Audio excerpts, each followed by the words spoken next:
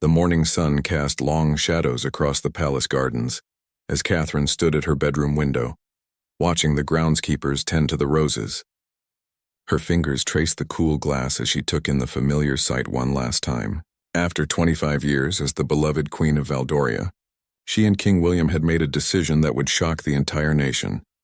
The royal couple had spent months in quiet deliberation, away from the prying eyes of the media and the constant demands of royal duties.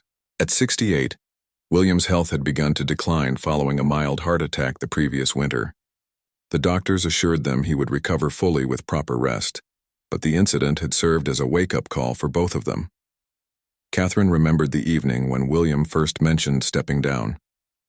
They had been sitting in their private study, surrounded by official papers and state documents that seemed to multiply with each passing day. "My dear," he had said, his voice carrying the weight of years, "what if we chose ourselves for once?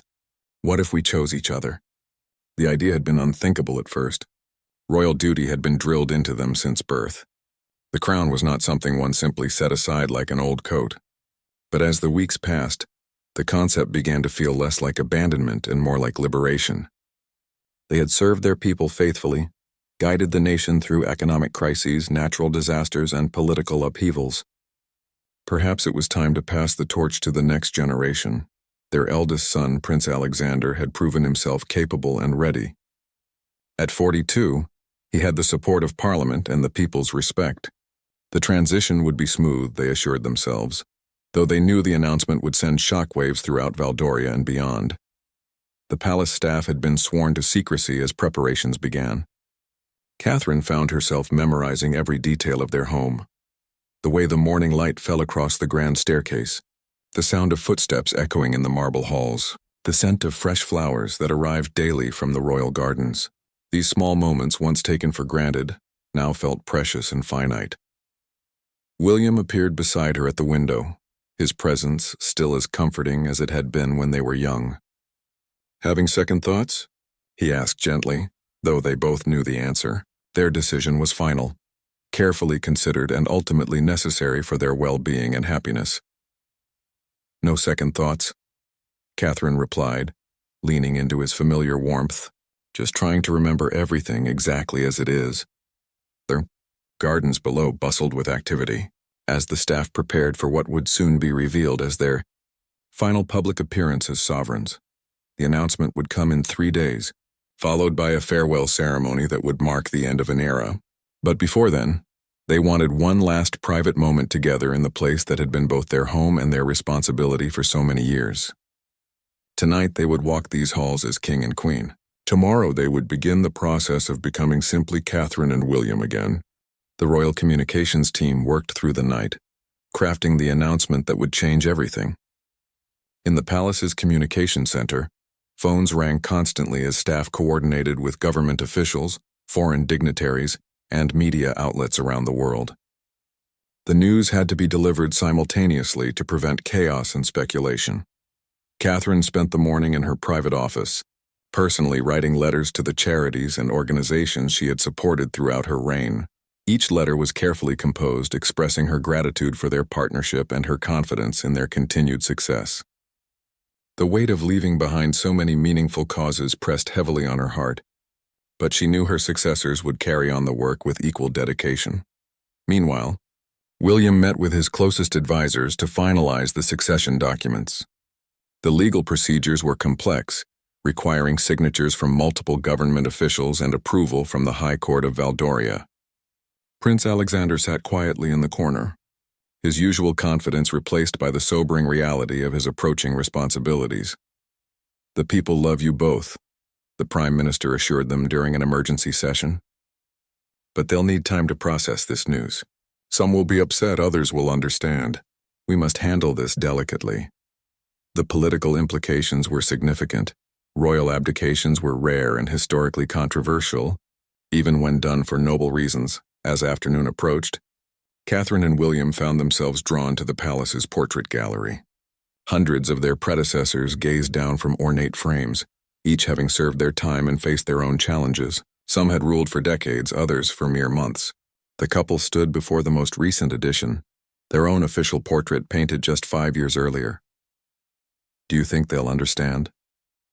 Catherine asked, studying the faces of kings and queens who had come before them. In the painting, she and William looked regal and eternal, as if their reign would continue forever. The reality was far more human and fragile. William took her hand, their fingers intertwining naturally after so many years together. History will judge us kindly, I believe.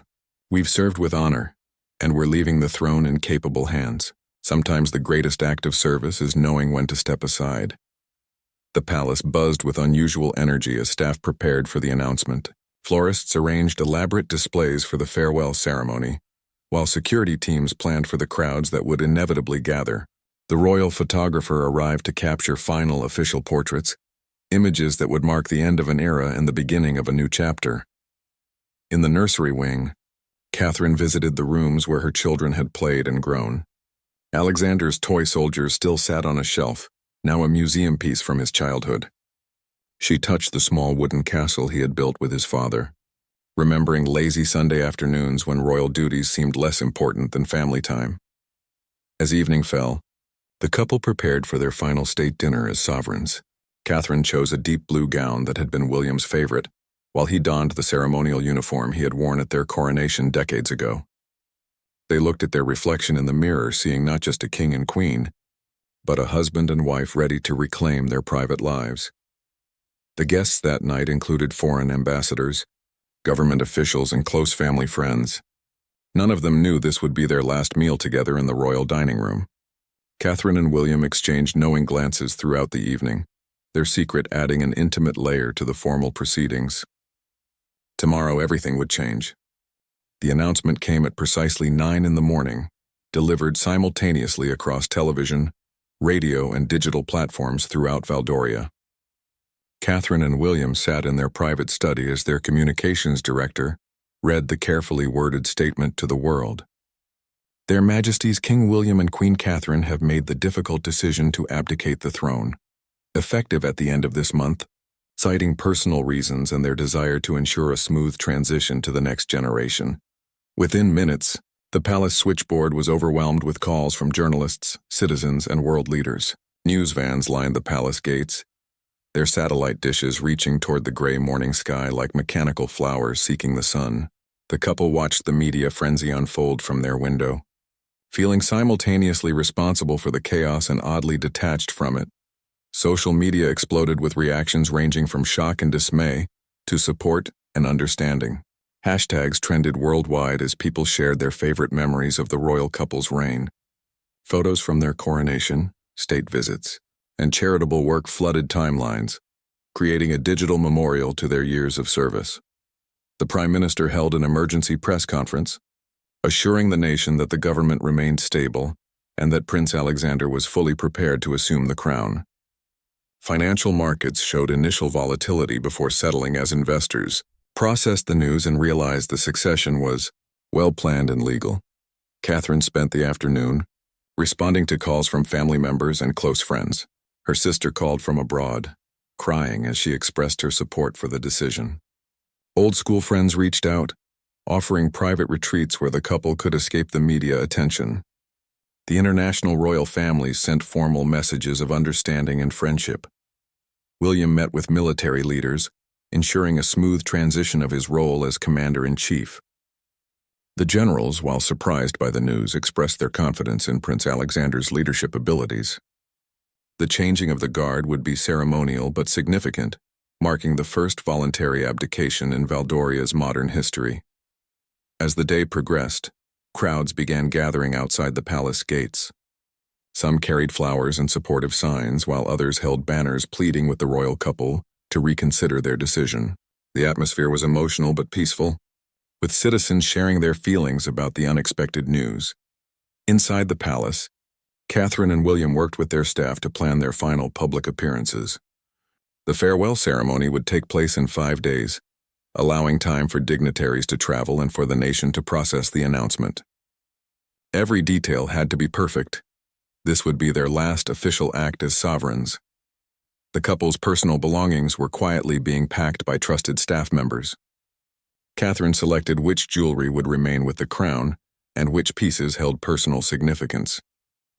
William sorted through decades of official papers, deciding what belonged to the archives and what he could keep as mementos. Prince Alexander arrived that evening with his wife and children, the weight of his new responsibilities evident in his serious demeanor. The family gathered for a private dinner, discussing the transition timeline and the practical matters of moving between residences. The grandchildren, still too young to fully understand the magnitude of the change, provided moments of lightness during the heavy conversation. As night fell, Catherine and William took their first walk through the palace gardens since the announcement. The familiar paths felt different now, imbued with the knowledge that their time here was ending. Garden staff nodded respectfully as they passed, their usual cheerful greetings replaced by understanding smiles. "No regrets?" William asked as they paused beside the fountain where they had often walked during difficult times in their reign. Catherine considered the question carefully. The day had been overwhelming, filled with reactions both positive and negative. But beneath the chaos, she felt something she hadn't experienced in years, a sense of freedom and anticipation for what lay ahead. "None," she replied firmly. "We've given everything we could give. Now it's time to live for ourselves." The days following the announcement blurred together in a whirlwind of final appointments, farewell meetings, and ceremonial preparations. Catherine found herself emotionally drained by the constant stream of well-wishers and the need to maintain composure while saying goodbye to a life that had defined her for over 2 decades. Letters poured in from around the world. Children sent hand-drawn pictures of the royal couple. Elderly citizens shared memories of meeting them at various events, and veterans expressed gratitude for their support of military families. Each message was personally acknowledged by Catherine, who insisted on reading every single one despite her staff's concerns about the overwhelming volume. The international response proved more complex than anticipated. Some foreign leaders expressed private concerns about the stability of Valdoria's monarchy, while others praised the couple's courage in prioritizing their personal well-being. A few neighboring kingdoms faced their own questions from citizens wondering if their own aging monarchs might follow suit. William spent his time completing his final state duties, signing legislation and meeting with department heads for transition briefings. The ceremonial aspects of kingship had always been easier for him than the administrative responsibilities, but now he found himself appreciating the routine paperwork that had once seemed tedious. These mundane tasks represented the last threads connecting him to his former role. Catherine's final charity visits were particularly emotional. At the Children's Hospital, where she had served as patron for 15 years, young patients presented her with a scrapbook filled with photos from her many visits. The nurses openly wept as she hugged each child, knowing this was their last meeting as queen and patients. The media coverage intensified as the farewell ceremony approached. Television specials examined every aspect of their reign, from their greatest triumphs to their most challenging moments. Royal commentators debated the historical significance of the abdication, comparing it to similar events in other monarchies throughout history. Palace security had to be increased as the crowd outside the gates grew larger each day. Fans from around the world arrived in Valdoria's capital city, hoping to catch a glimpse of the royal couple during their final days. Hotels were booked solid, and local businesses experienced an unexpected boom from the influx of royal enthusiasts.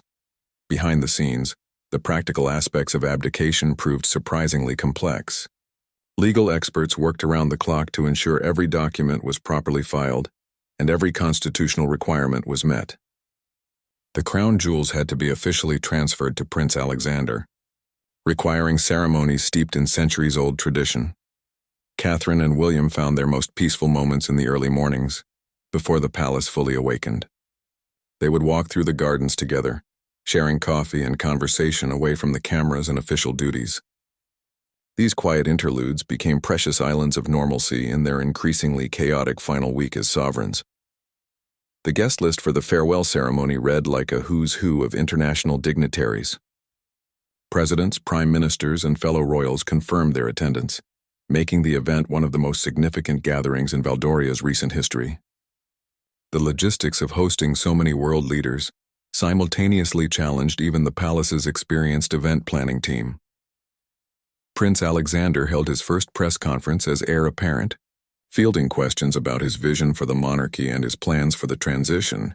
His composure impressed even his harshest critics, and public opinion polls showed growing confidence in his ability to lead.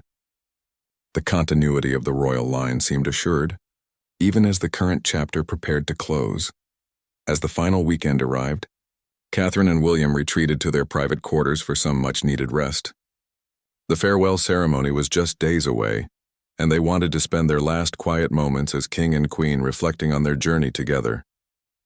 The palace felt different now, still magnificent and imposing, but no longer quite home in the way it had been for so many years. They sat together in their study, surrounded by packed boxes and the few personal items they would take to their new, smaller residence. Outside, the world continued to buzz with speculation and emotion about their decision. Inside, two people who had given their lives to public service prepared to reclaim their privacy and their right to simply be themselves. The morning of the farewell ceremony dawned crisp and clear, as if the heavens themselves wanted to provide the perfect backdrop for this historic day. Catherine woke before dawn, unable to sleep through the mixture of anticipation and melancholy that had been building for weeks. She stood at her window one last time, watching the sun rise over the kingdom she had served faithfully for so many years. The palace was already buzzing with activity. Security teams conducted final sweeps, florists made last-minute adjustments to the elaborate arrangements, and protocol officers reviewed every detail of the day's schedule. This ceremony would be broadcast live to millions around the world, and nothing could be left to chance. Catherine's personal dresser helped her into the stunning ivory gown chosen for the occasion, elegant and regal, yet somehow more personal than her usual state attire. The dress had been designed specifically for this day, incorporating subtle details that held special meaning. Embroidered roses from the palace gardens, pearls that had belonged to William's grandmother, and a brooch he had given her on their wedding day. William appeared equally distinguished in his formal military uniform, the medals and decorations of his reign catching the morning light. They stood together in their private chambers, looking at their reflection in the mirror for what felt like both the first and last time. Today they would say goodbye to these formal versions of themselves forever. The ceremony began in the palace's grand ballroom, where hundreds of guests had assembled. Foreign dignitaries sat alongside longtime palace staff, creating an unusual mix of formal protocol and genuine emotion. Catherine and William entered to thunderous applause, walking slowly down the center aisle as photographers captured every moment for posterity. Prince Alexander and his family sat in the front row, their faces showing the gravity of the occasion. The children, dressed in their finest clothes, watched with wide eyes as their grandparents prepared to transfer not just a crown, but centuries of tradition and responsibility. The Archbishop of Valdoria led the formal abdication ceremony, reading ancient texts that had been adapted for this unprecedented occasion. Catherine and William each spoke briefly, their words carefully chosen to express gratitude for their years of service and confidence in the future of the monarchy. Their voices remained steady, but tears glistened in Catherine's eyes as she spoke about the honor of serving her people. The actual moment of abdication was surprisingly simple, the signing of a single document that legally transferred all royal powers to Prince Alexander. As William set down his pen, completing the signature that ended his reign, a profound silence fell over the ballroom. History had just been made with the simple stroke of a pen.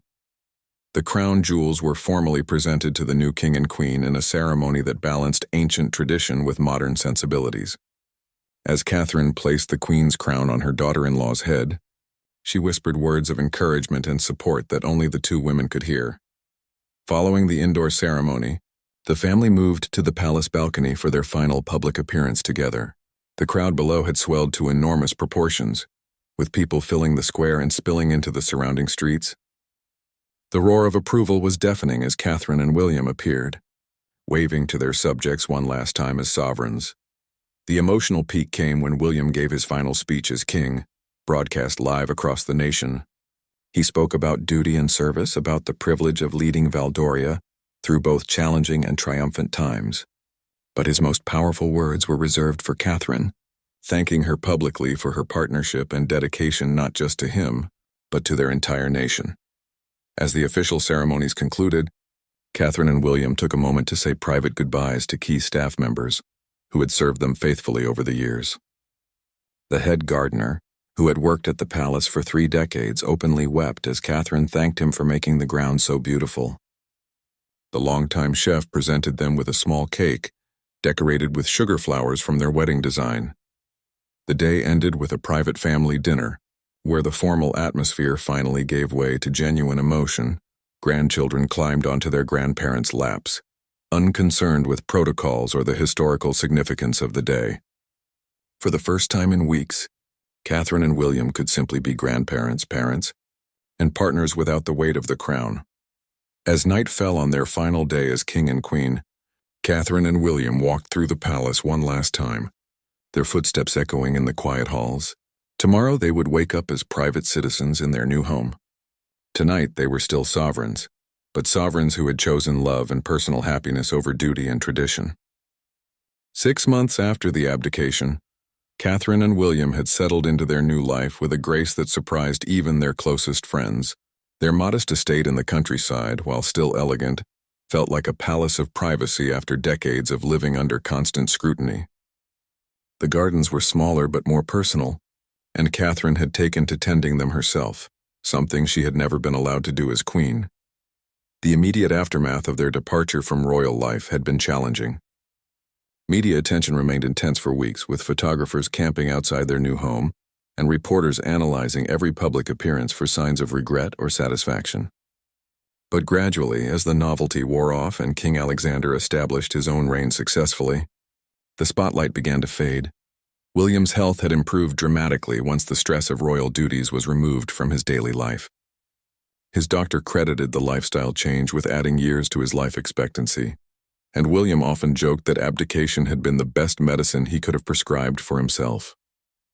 He had taken up painting again, a hobby abandoned decades earlier, and his watercolor landscapes now decorated. Their private study, Catherine, had channeled her passion for charitable work into a new foundation focused on mental health, awareness, a cause she could now support, without the constitutional limitations that had constrained her as queen. Working directly with families and individuals, she found her efforts more meaningful and immediate than the ceremonial patronages of her former role.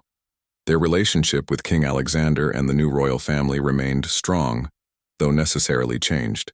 They attended important family events and offered guidance when asked, but they were careful to avoid any appearance of interference in royal affairs. The transition had been smoother than anyone anticipated, with public approval ratings for the new monarchy remaining high. The former royal couple had discovered simple pleasures that had been impossible during their reign. They could grocery shop together, take spontaneous walks through village markets, and attend theater performances without elaborate security arrangements. Catherine particularly enjoyed the anonymity of reading in local bookshops, something she had dreamed of doing for years. Their former staff had adapted to the change with varying degrees of success. Some had transferred to serve King Alexander, while others had chosen to retire or pursue new careers. Catherine and William maintained contact with many of them, hosting small gatherings where protocol could be set aside in favor of genuine friendship. The international response to their abdication had evolved from initial shock to grudging respect.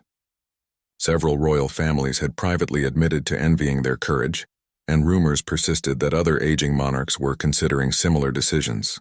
Catherine and William had inadvertently started a conversation about the modern relevance of lifetime service to the crown. Public opinion polls consistently showed that the majority of Valdorians supported their decision, particularly as King Alexander proved himself capable and popular.